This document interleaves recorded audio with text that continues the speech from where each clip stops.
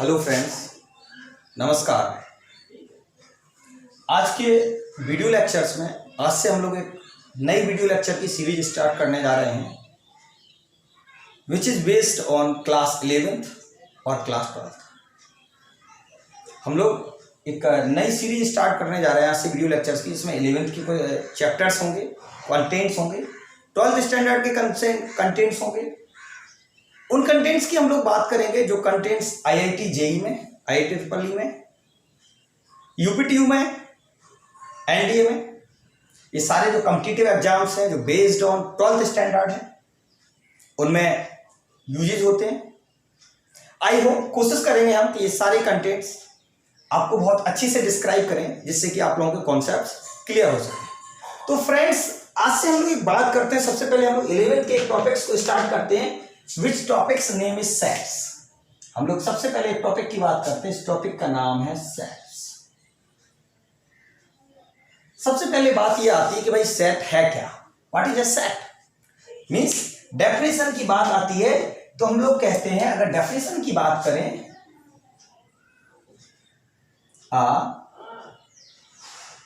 Collection of objects, a collection of well defined objects is called a set।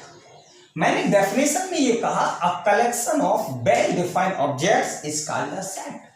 Collection तो भाई समझ में आ गया कि हमको क्या करना है, जो ऑब्जेक्ट्स होंगे उनको कलेक्ट कर लीजिए, एकत्र कर लीजिए।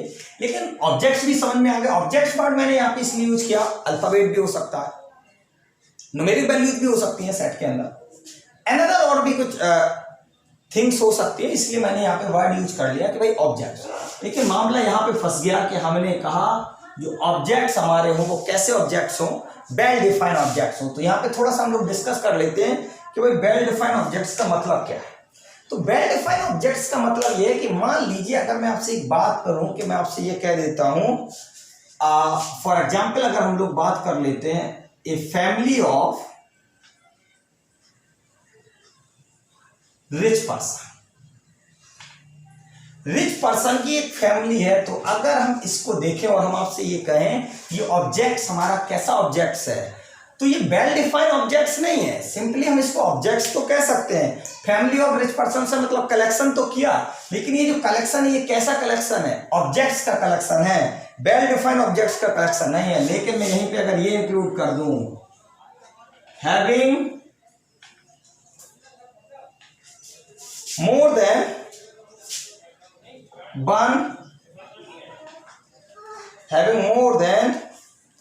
$1 million। लेकिन अगर मैंने जैसे ये कंडीशन ऐड की कि a family of rich person having more than $1 million, तो यहां पे ये जो हमारा जो कलेक्शन है ये कलेक्शन हमारा कैसा कलेक्शन हो गया, ये कलेक्शन हमारा वेल डिफाइंड कलेक्शन। तो ये जो हमारा जो एग्जाम्पल, अब अगर हम ये बात करें तो ये जो कलेक्शन हमारा हुआ, ये कलेक्शन कैसा हुआ, ये हमारा कलेक्शन है वेल डिफाइंड ऑब्जेक्ट्स का। अनदर और भाई हम लोग एग्जाम्पल्स देखते हैं कि मान लीजिए अगर हम लोग बात करें अ ग्रुप ऑफ टाल स्टूडेंट्स। एक कोई ग्रुप है टाल स्टूडेंट्स का है, ग्रुप हमने ले लिया, ग्रुप का मतलब हुआ कलेक्शन किया हमने, टाल स्टूडेंट्स का कलेक्शन किया। लेकिन अभी अगर हम ये देखें तो ये ऑब्जेक्ट्स जो हमारा है वो हमारा ऑब्जेक्ट्स कैसा है, कलेक्शन ऑफ ऑब्जेक्ट्स तो है, लेकिन ये वेल डिफाइंड ऑब्जेक्ट्स नहीं है कलेक्शन। लेकिन अगर मैं यही यूज कर दूं, यहां पे ये कह दूं अ ग्रुप ऑफ टाल students whose height more than 170 centimetre, तो ये जो ग्रुप हमारा हुआ, ये ग्रुप कैसा हुआ, ये ग्रुप जो हमारा हुआ वो कैसा है, वेल डिफाइंड ऑब्जेक्ट्स का ग्रुप है। अनदर मान लीजिए हम जैसे एग्जांपल्स कह दें, और अगर हम एग्जांपल देख लें, जैसे में हम आपसे आप कहें कि कलेक्शन ऑफ नॉवेल्स का कलेक्शन कीजिए, तो अब लेकिन समस्या हमारे साथ ये आएगी भाई किस टाइप की कलेक्शन, इंग्लिश लैंग्वेजेस में अगर हम देखें तो हिंदी में लेना, इंग्लिश में लेना, किस लैंग्वेज में लेना है। फिर ऑथर्स की बात करें तो लोकल ऑथर है या क्या, तो मीन्स हम कलेक्ट नहीं कर पाएंगे ऑब्जेक्ट्स को। लेकिन वहीं पे अगर मैं ये कह दूं a collection of novels which write Jaishankar Prasad या मुंशी प्रेमचंद, तो फिर क्या हुआ, फिल्टर हो गया कि मुझे सारी नॉवेल्स में मुंशी प्रेमचंद की नॉवेल्स को ढूंढना है और उनको क्या करना है, उनको अरेंज कर देना, तो फिर वो हमारा क्या हो जाएगा, वेल डिफाइंड ऑब्जेक्ट्स हो गए। तो फाइनली आपको कॉन्सेप्ट क्लियर हो गया होगा कि वेल डिफाइंड ऑब्जेक्ट्स का मतलब हुआ कि साथ में कैसी कंडीशंस उन ऑब्जेक्ट्स के साथ ऐड हो जिससे कि वो ऑब्जेक्ट्स हम क्या फिल्टर्स कर सकें कि हमारे वो कैसे ऑब्जेक्ट्स हैं, वेल डिफाइंड ऑब्जेक्ट्स हैं, तो वो ऑब्जेक्ट्स हमारे कहलाते हैं वेल डिफाइंड ऑब्जेक्ट्स कहलाते हैं। अनदर बात और अगर हम बात करें कि सेट को, जब हम लोग सेट की डेफिनेशन की बात की तो सेट के जो एलिमेंट्स हैं या सेट के जो ऑब्जेक्ट्स हैं, एलिमेंट्स को हमेशा हम लोग क्या करते हैं, स्मॉल अल्फाबेट से रिप्रेजेंट करते हैं। सेट्स को हमेशा हम लोग क्या करते हैं, कैपिटल अल्फाबेट से रिप्रेजेंट करते हैं। अगर मुझे सेट्स को रिप्रेजेंट करना है तो सेट्स को हम लोग किससे करते हैं, कैपिटल अल्फाबेट कह दीजिए, कैपिटल लेटर्स कह दीजिए, कैपिटल लेटर से रिप्रेजेंट करते हैं, जैसे मैं कह दूं A B C and so. लेकिन अगर हम बात करें एलिमेंट्स ऑफ सेट्स की, अगर हम बात करें तो ये हम स्मॉल अल्फाबेट से रिप्रेजेंट करते हैं। अगर अल्फाबेट थर्ड कंडीशन की अगर हम लोग बात करें कि सेट्स को मुझे रिप्रेजेंट बाउंडेड करना है तो सेट को हमेशा हम लोग किससे करते हैं, कर्ली ब्रैकेट से हम लोग बाउंड करते हैं। अगर मुझे सेट को बाउंड करना है तो सेट को हम लोग जो बाउंड करेंगे वो किससे करेंगे, कर्ली ब्रैकेट से हम लोग बाउंडेड करते हैं। चलिए अब हम लोग बात करते हैं कि भाई सेट की डेफिनेशन हो गई, ऑब्जेक्ट्स कैसे लेना है, रिप्रेजेंटेशन कैसे करेंगे। अब हम देखते हैं कि सेट को हम रिप्रेजेंट कैसे करेंगे, सेट्स को लिखेंगे कैसे। फाइनली हम लोग बात कर लेते हैं कि रिप्रेजेंटेशन ऑफ सेट्स की हम लोग बात कर लेते हैं कि हम भाई किसी सेट को मुझे रिप्रेजेंट करना है तो हम उस सेट को रिप्रेजेंट मुझे करना है तो हम किस तरीके से सेट्स को रिप्रेजेंट करेंगे। तो हम लोग बात करते हैं रिप्रेजेंटेशन ऑफ सेट्स की। रिप्रेजेंटेशन ऑफ सेट्स की हम लोग ने बात की कि हम सेट्स को रिप्रेजेंट कैसे करेंगे। तो सेट को रिप्रेजेंट करने के लिए हमारे पास दो मेथड्स अवेलेबल हैं। फर्स्ट मेथड की अगर हम लोग बात करें तो हम लोग रोस्टर या टेबुलर फॉर्म की बात करते हैं।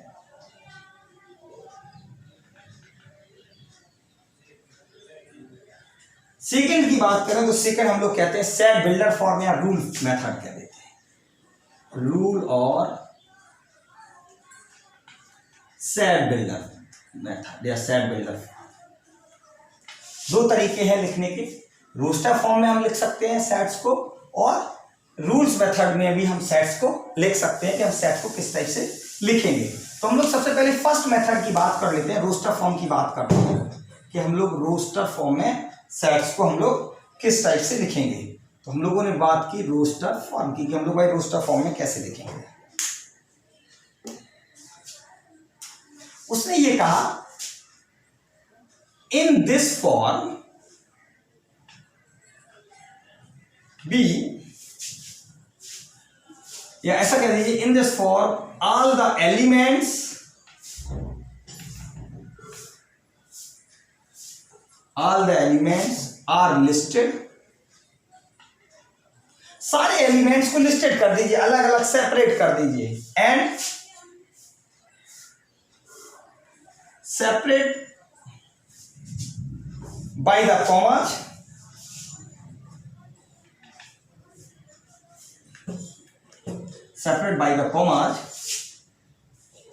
and enclose by ब्रैकेट, और कर्ली ब्रैकेट से उसे हम क्या कर देंगे, बाउंड कर देंगे। तो ये जो फॉर्म बनी हमारी वो कैसी फॉर्म बनी, रोस्टर फॉर्म बनी कि क्या करना है, सारे एलिमेंट्स को आपको क्या करना है, सेपरेट इंडिविजुअली लिखना है, ब्रैकेट्स को कॉमाज को यूज कर लेना है और उन सबको किसमें कर देना है, एक ब्रैकेट में बाउंड कर देना है। तो वो जो फॉर्म हमारी है वो रोस्टर फॉर्म है। एग्जाम्पल जैसे हम लोग देख लेते हैं, मान लीजिए हम लोग एक एग्जाम्पल की बात करते हैं, the set of vowel in English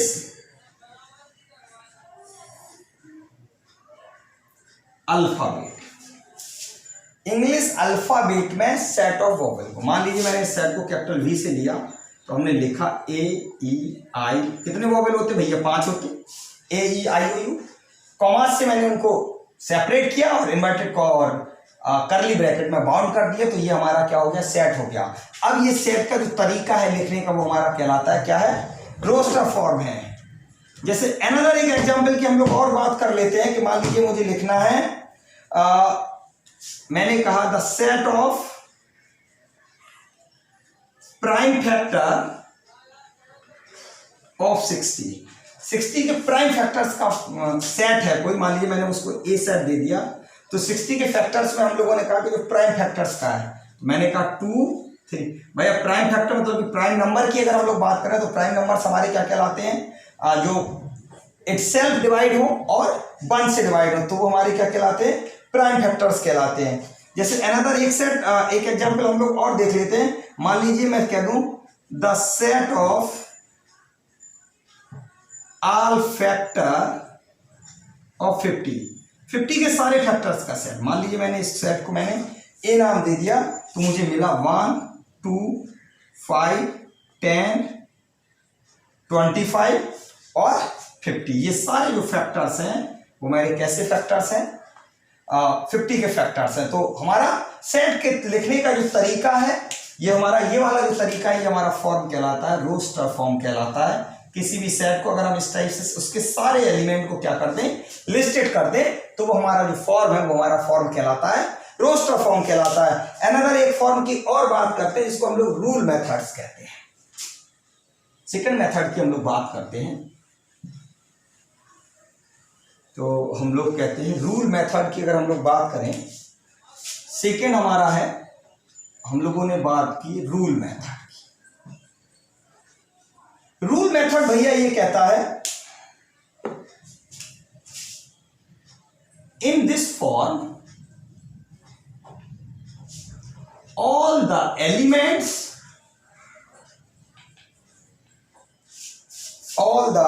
elements of a set possess a single common property px से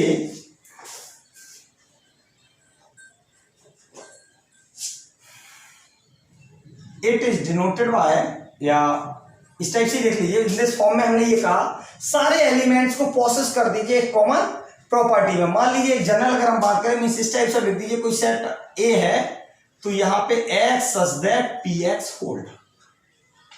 इसका मतलब ये होगा जो सेट ए है, x उसका एलिमेंट है और वो किस कंडीशन से मिलेगा? यहां पे जो कंडीशंस आएगी उस कंडीशन से मुझे मिलेगा वो सेट। फॉर एग्जाम्पल हम लोग देख मीन सीधा सीधा बात है कि आपको यहाँ पे क्या करना, वो स्टेटमेंट इंक्लूड करना होगा। जैसे मैंने अभी एक लिया था, मैंने जैसे कहा the set of vowel in English alphabet. English alphabet में वोवेल है, उनका सेट बनाना है, तो मैंने लिखा वी। लेकिन अब हम इसको रूल मेथड से लिख रहे हैं, x such that x is a vowel of English alphabet। Finally x such that वो कंडीशन होल्ड निकालोगे तो यहां से भी रिजल्ट तो वही मिल रहा, ए आई ओ यू, तो सेट तो वही मिलेगा। केवल क्या हुआ, मैंने क्या किया, जो सेट को रिप्रेजेंट किया वो एक रूल मेथड्स में लिखते, एक ऐसा रूल बना जिसको सारे एलिमेंट फॉलो करेंगे। जो सेट के एलिमेंट होंगे x, वो क्या करेंगे, इस रूल को, इस कंडीशंस को वो सारे एलिमेंट्स क्या करेंगे, होल्ड करेंगे। जैसे अनदर बात करें, the set of prime factor of 60, तो हमने मान लीजिए ए कहा, तो हमने कहा x such that x is a prime factor of 60। Complete हो गया कि x जो एलिमेंट है वो कैसा है, प्राइम फैक्टर ऑफ 60 है। थर्ड की अगर हम लोग बात करते हैं, जैसे मैं कह दूं the set of odd natural number less than 8। तो अगर हम लोग लिखें तो हमें क्या मिलेगा, हमने कहा x such that x is a odd natural number and less than equal to 8, less than 8, और जो कैसी है 8 से छोटी है। वहां पे अब नॉर्मली आप देखोगे तो ऑड नंबर है, और जो x जो है ना वो 8 से छोटा है, तो कितना मिलेगा आपको, मिलेगा 1357। तो वो हमारा क्या हो गया, इस टाइप से हमने इसको क्या कर दिया, इस फॉर्म में लिख दिया कि हमारा ये क्या है। जैसे मैं आपसे कह दूं for example the set of all integer, set of all integers, मान लीजिए एक सेट ले लिया मैंने, z से रिप्रेजेंट किया, x such that x belongs to क्या, x जो सारे हैं वो हमारे कैसे इंटीजर हैं। मान लीजिए मैं और कह दूं the set of all natural number less than 5, सारे नेचुरल नंबर और वो लेस देन कैसे हैं 5 है, तो क्या बनेगा ए x such that x belongs to n, x क्या है नेचुरल नंबर है लेकिन कैसा, लेस देन 5 हो गया। तो ये जो सारे एग्जाम्पल जो हमने रिप्रेजेंट किए, ये सारे जो फॉर्म है वो रूल मेथड हो गए। मींस क्या हुआ कि हमें जब उसे रिप्रेजेंट करना था तो हमने क्या किया, एक स्टेटमेंट के फॉर्म में उसे क्या कर दिया, रिप्रेजेंट कर दिया। आई होप कि आपको ये कॉन्सेप्ट क्लियर हुआ होगा, और कोशिश करेंगे हम लोग कि ज़्यादा से ज़्यादा कॉन्सेप्ट क्लियर हो। Thanks for watching this video lecture series, और अगर आपको ये वीडियो लेक्चर सीरीज अच्छी लगती है तो इस चैनल को सब्सक्राइब करें, कमेंट बॉक्स में कमेंट जरूर करें, जिससे कि आपके जो डाउट्स हैं वो हम कोशिश करेंगे कि हम आपके, आई होप कि वो ज़्यादा कम समय में आपके जो कॉन्सेप्ट्स है, जो आपके जो डाउट्स हैं वो क्लियर हो सके। थैंक्स।